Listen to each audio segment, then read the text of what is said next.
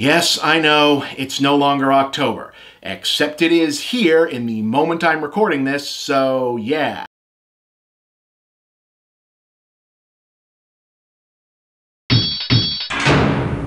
So can someone please do me a fucking favor and come up with a consistent overarching criticism of the whole Marvel Cinematic Universe thing that isn't utterly stupid? Please? Because I feel like being a film critic in this environment means I spend way too much time defending what are ultimately still billion-dollar merchandising tentpoles from the Walt Disney conglomerate, and irrespective of how I feel about the individual films, it's starting to feel a little gross. In any case, the latest pervasive yet non-sticking critique of modern film history's most artistically successful cross-branding exercise, don't look at me like that, the Star Wars movies can't even hold on to one director for a whole movie anymore, is that the Marvel features are too focused on being fun, i.e. the characters tell too many jokes, the stakes aren't consistently apocalyptic enough, and the overriding tone lacks the gravity some feel is owed to the ongoing sagas of magical space Vikings and their enchanted special hammers. Now, on one level, that kind of thing is where stylistic preferences get confused for objective appraisals of quality, but on another, it feels like a deliberate misunderstanding of how narrative drama works. It's not the heaviness of the hand, it's how you use it. That's how the last Guardians of the Galaxy movie got to be the most emotionally resonant Marvel movie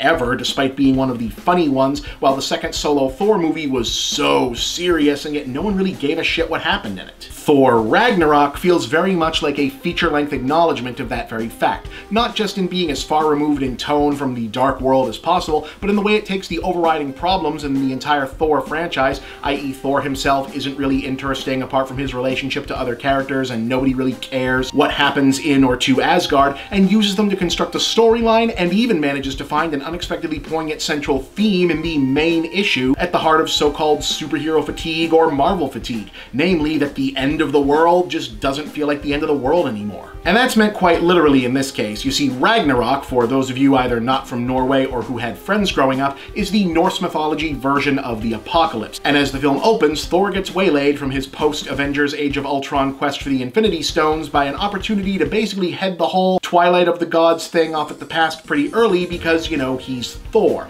only to discover that Loki's covert takeover of Asgard and Thor's complete failure to sniff it out in time has left the kingdom vulnerable to the invasion of Cate Blanchett as Hela, the goddess of death, who sets about taking over and setting up the usual universal domination business after stranding Thor and Loki on an alien gladiator planet where they find the Hulk and sundry other allies. And it's been 8 years and this is Marvel movie number 17, so I think you get the basic idea. To cut right to the chase, yes, it's really friggin' good. Yes, it's the best of the Thor movies. Yes, top 10 Marvel Cinematic Universe easily, and in specific terms, it's a welcome return to form after the extraordinarily barely just okay Spider-Man Homecoming. And yes, a big part of why is that it's both fun and funny, with a deviously offbeat pacing that chops out anything that might be remotely dull or perfunctory and ends up feeling both fast-moving and leisurely paced at the same time, favoring action highlights over unnecessarily protracted spectacle and character-centered progression over tedious world-building, but that doesn't mean it's without stakes, whatever that's supposed to mean, and making a point of that effectively becomes both Thor's nominal arc for this adventure and the overarching theme of the entire story. A hero grappling with not only saving his world, but also figuring out what saving his world actually means in realistic human, or rather Asgardian terms. Building to an Act 3 turnaround that's surprisingly effective even as it plays out less like an oh my god brain-shattering twist, and more like,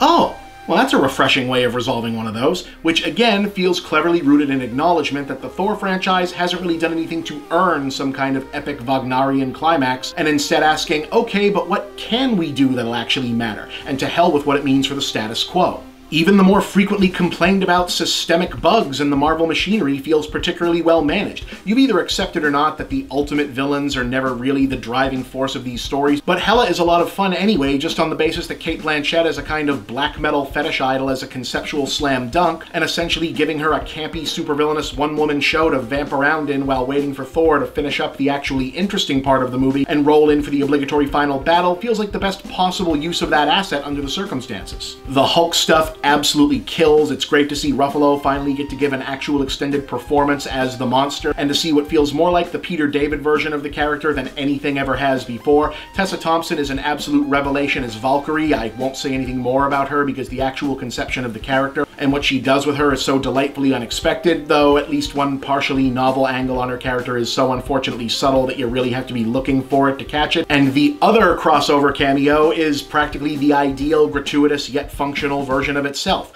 Bottom line, yeah, another big win for Marvel. What a shocker. But you know, it wasn't that long ago that I was wishing these things would stop being so reliably good just to change up the narrative, but then Spider-Man wasn't all that great. So 3.5 stars, be careful what you wish for. Let's hear it for consistency.